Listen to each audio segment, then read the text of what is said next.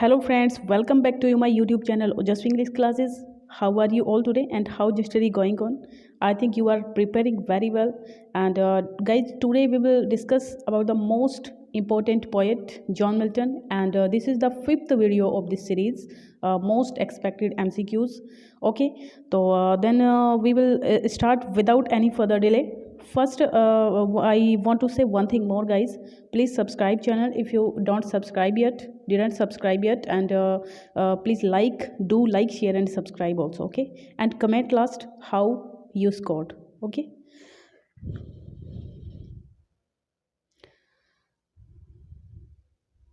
Then first question is on your screen. John Milton's magnificent ode on the morning of Christ's nativity was written at the age.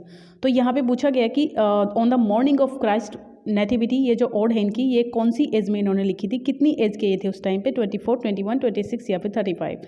तो यहाँ पे guys हम लोग बात करेंगे 21 की एज में वो थे। ओके, ये कब आई थी? ये आई थी आपकी 1629 में। तो आप इसी से अंदाज़ा लगाते हैं 1608 में। ये कोई ऐसा याद करने वाला क्वेश्चन नहीं है। आप यहाँ से देखिए 1608, अगर आप बर्थ डेट आपको पता है, बर्थ ईयर आपको पता है, तो यहाँ पे इजीली आप इसका पता लगा सकते हो कि कितनी एज में उन्होंने लिखा होगा। 29 में से 8 लेस कर दीजिए, 21 आ जाएगा इजीली। ओके, तो गाइज 21 अगर ये भी पूछ लिया जाए ना कि कब लिखा गया था, तो वो भी आप देख सकते हो कि 1629 में और 21 की एज में। ओके, तो ये क्वेश्चन जो है हमारा यहाँ पे था। चलिएगा, नेक्स्ट क्वेश्चन जो बनता है, De Doctrina Christiana cast doubt on the orthodoxy of. De Doctrina Christiana में कास्ट किस चीज़ के लिए ऑर्थोडॉक्सी को डाउट किया गया है? Paradise lost, history of Britain, paradise regained या फिर प्रो सेडिफेंसियो। तो कौन सा यहाँ पे आपका आंसर रहेगा गाइज? Tell me first. तो which of the following is a work of, चलिए पैराडाइज कौन सा इसमें?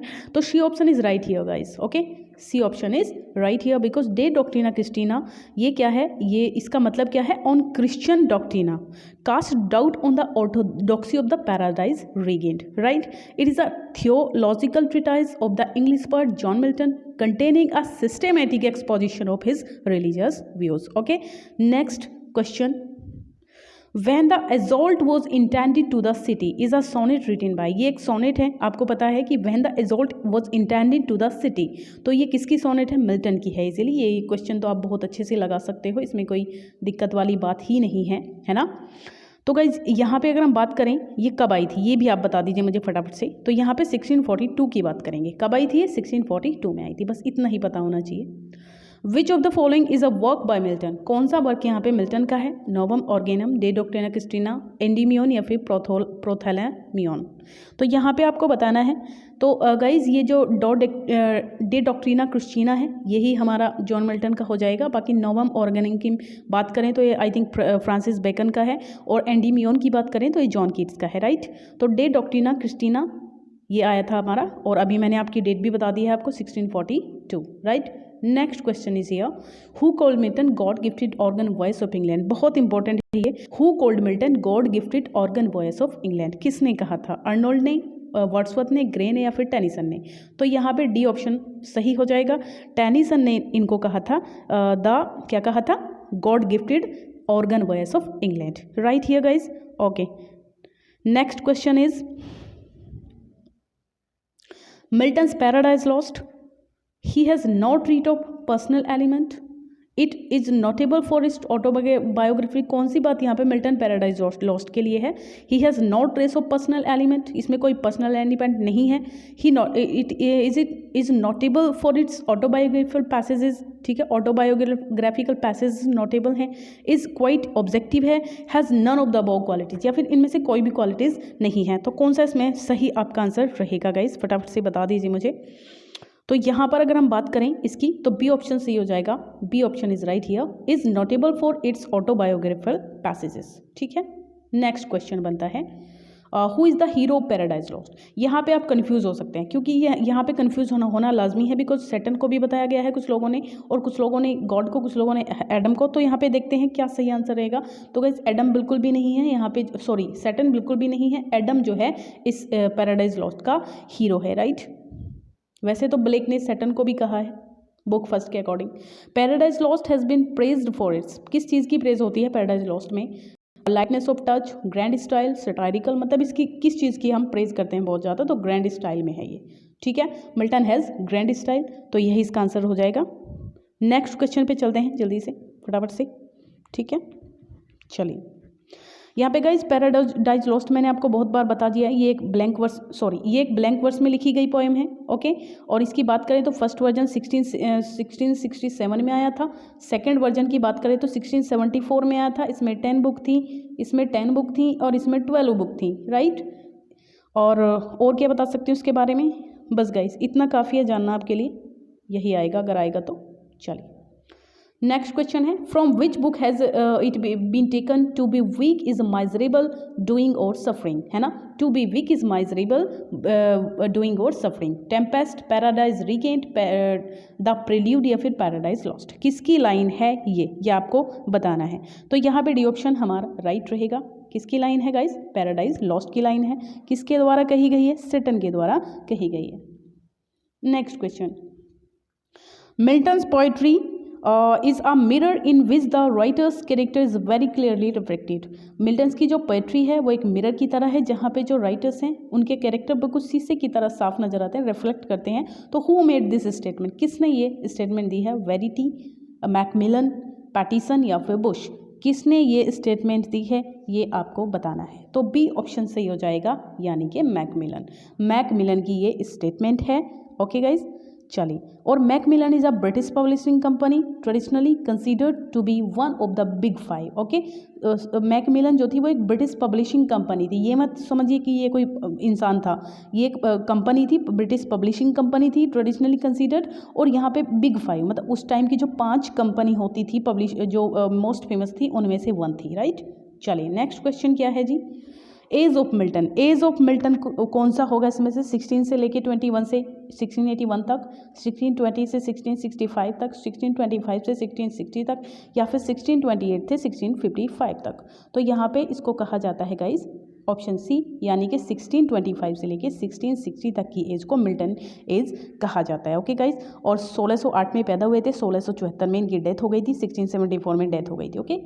तो ये इनका लाइफ स्पेन था। Next question, age of Milton has 3 type of poets. यहाँ पे जो मिल्टन एज थी उसमें 3 तरह के पोइट मिलते थे हमको। रिलीजियस आपको बताना है इन ऑप्शंस में से कि कौन सा सही हो जाएगा। तो गाइज यहाँ पे हमारा बी ऑप्शन राइट होगा, मेटाफिजिकल, कैवेलियर और प्यूरिटन। ये आपको पता भी होगा वैसे बहुत लोगों को, ठीक है। Paradise Lost was written by in the phase of his life, उनकी लाइफ के कौन से फेज में इन्होंने पैराडाइज लॉस्ट को लिखा था, मिडल में, लास्ट में, स्टूडेंट में या फिर फर्स्ट में, कौन सी एज में इन्होंने इसको लिखा था। तो बी ऑप्शन सही हो जाएगा, यानी कि लास्ट में।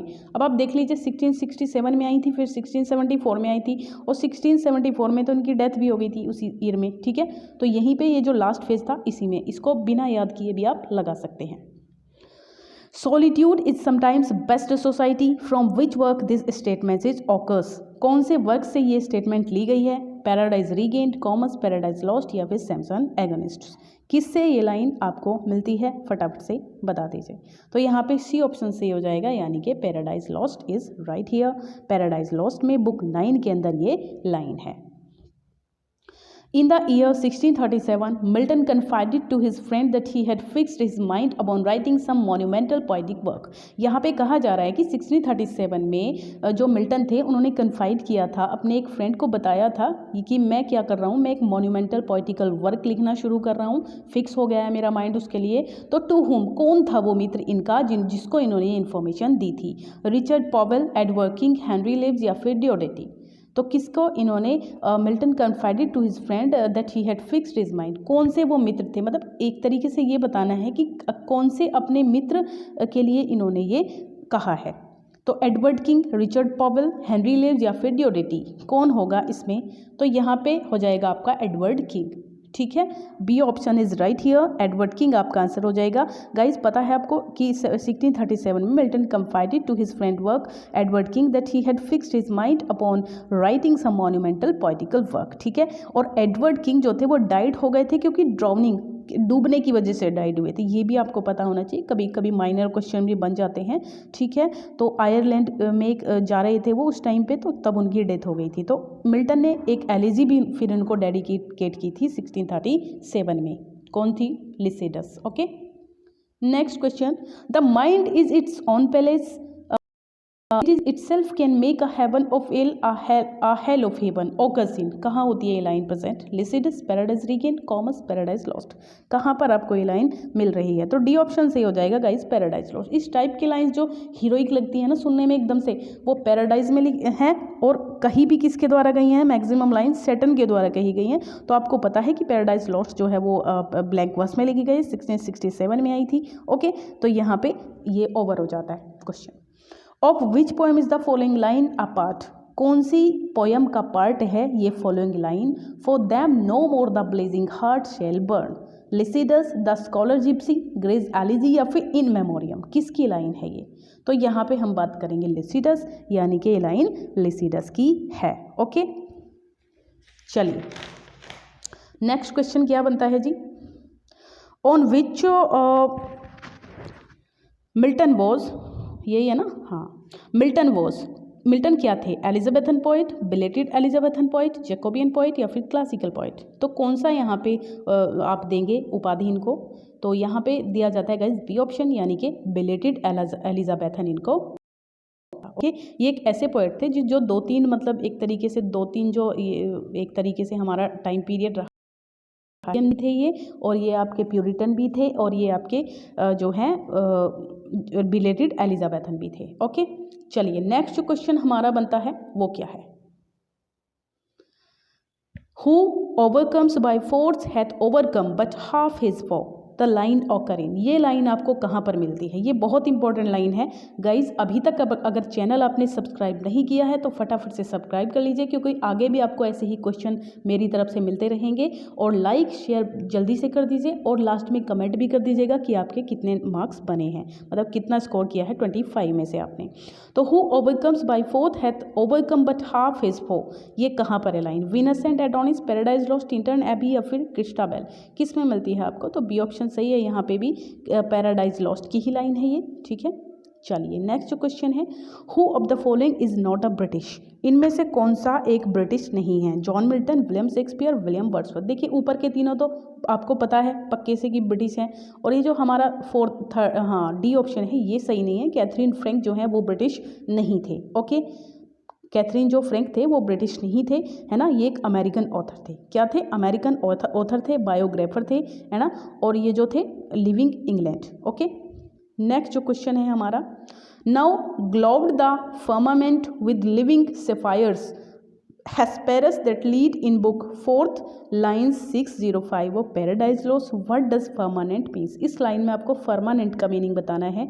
वीनस है, स्काई है, प्लूटो है या फिर प्लेनेट है? क्या यहाँ पे इसका आंसर हो जाएगा? फटाफट से सोचिए और बताइए गाइड। बी ऑप्शन सही होगा हमारा, यानी कि स्काई इसका मीनिंग होता है।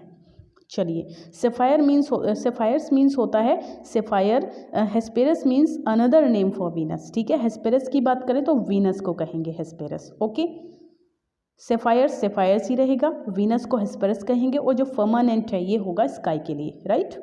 चलिए, विच of the following lines is true of Milton's paradise lost? क्या पैराडाइज लॉस्ट के लिए कौन सी लाइन जो है वो करेक्ट है? Paradise Lost is a Protestant Homeric English epic, Paradise Lost is a Renaissance Protestant English epic, या फिर Paradise Lost is a Roman Catholic English epic, Paradise Lost is a true Virgilian epic? तो कौन सा यहाँ पे सही हो जाएगा? बी ऑप्शन सही होगा गाइज, यानी कि paradise Lost is a Renaissance Protestant English epic. Okay, next question, the fall of Saturn depicted in book first of Paradise lost. Book first में ही जो है फॉल हो जाता है सैटर्न। लास्टेड फॉर कितने दिन, कौन से दिन में? तो 9 days, 6 days, 7 days या फिर 5 days? क्या होगा यहाँ पे इसमें आपका आंसर? बताइएगा इस। तो यहाँ पे जो आंसर होगा वो ए ऑप्शन सही हो जाएगा, यानी कि 9। ओके, और जो पैराडाइज लॉस्ट है गाइस 12 बुक्स में 1674 में आया था, और 1667 में ओरिजिनली बात करें तो यहाँ पे 10 बुक्स थी इसके अंदर। The opening lines of Paradise Lost are a good example of, जो ओपनिंग लाइन है पैराडाइज लॉस्ट की जहाँ पे इन्वोक किया गया है म्यूजिक को, 16 लाइन का पूरा सेंटेंस है वो, तो हीरोइक कपलेट है, उसमें मिल्टॉनिक इन्वर्जन है, स्प्रिंग रिदम है या फिर हाइपरबोली? तो यहाँ पे मिल्टॉनिक इन्वर्जन आपका आंसर हो जाएगा। Okay guys, next question is, next और लास्ट भी कहेंगे इसको, which book of Paradise lost incorporates the speech rhythm of Adam and eaves marital quarrel. जो एडम और ईव का जो मैरिटल क्वारल है कौन सी बुक के अंदर हमको मिलेगा, बुक 4 में, बुक 6 में, बुक 7 में या फिर बुक 9 में। तो यहाँ पे जो गाइज सही आंसर हो जाता है आपका वो ऑप्शन डी हो जाता है, यानी कि बुक 9 के अंदर उनका जो है क्वारल हमें नज़र आता है। ओके, तो गाइज ये थे आज के इंपॉर्टेंट क्वेश्चंस। आई होप आपको पसंद आए होंगे। फटाफट से कमेंट कर दीजिएगा देखने के तुरंत बाद कि कितना स्कोर आपने किया है। Thanks to watch video and guys video को देखा करिए, बिल्कुल भी स्किप मत किया कीजिए, बिकॉज माइनर इन्फॉर्मेशन भी मैं आपको हर क्वेश्चन के रिगार्डिंग देती रहती हूँ। ठीक है, ऐसा नहीं है कि क्वेश्चन किया और फटाफट से नेक्स्ट पे चल दिए, ऐसे फ़ायदा भी नहीं है। होता क्या है, जब भी आप कोई क्वेश्चन कर रहे होते हैं ना, उसको उसमें ज़्यादा से ज़्यादा मैं आपको कम से कम 2-3 क्वेश्चन दे दूँ तो तब तक मुझे अच्छा नहीं लगता है और आपको भी पूरा बेनिफिट वीडियो को देखने का नहीं मिलता जब तक 25 वीडियो में मैं कम से कम 50 या 70 क्वेश्चन आपको ना दे दूँ। ठीक है, तो guys thank you so much, bye bye, take care. Next video में फिर से मिलेंगे। Okay guys.